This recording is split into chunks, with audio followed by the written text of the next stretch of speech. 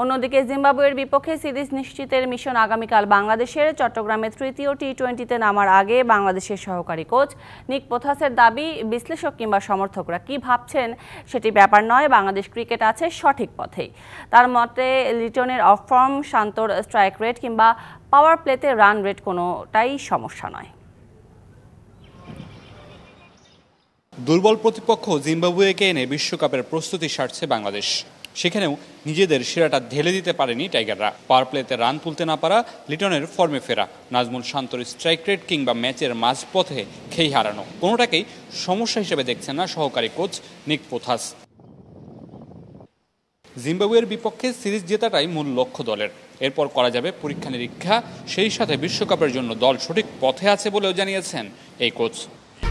1-2-3 ঢাকায় জমি জিতে নিন 100% ক্যাশব্যাক সহ 20 কোটি টাকার পুরস্কার।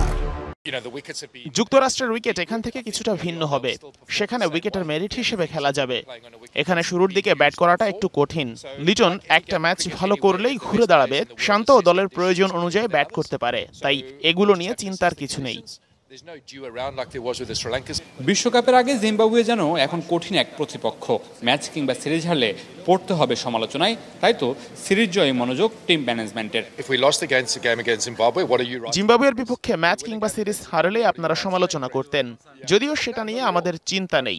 আপাতত আমরা সিরিজটা নিশ্চিত করতে চাই, এরপর পরীক্ষা নিরীক্ষা করা যাবে। তৃতীয় টি-20তে একাদশে আসতে পারে পরিবর্তন। ম্যাচের আগের দিন মূল একাদশের সবাই ছিলেন বিশ্রামে। একাদশের বাইরে থাকা ক্রিকেটাররা ঘাম ঝরিয়েছেন জহুর আহমেদ চৌধুরী স্টেডিয়ামে। Mamunur Rashid, DBC news, Chittagong.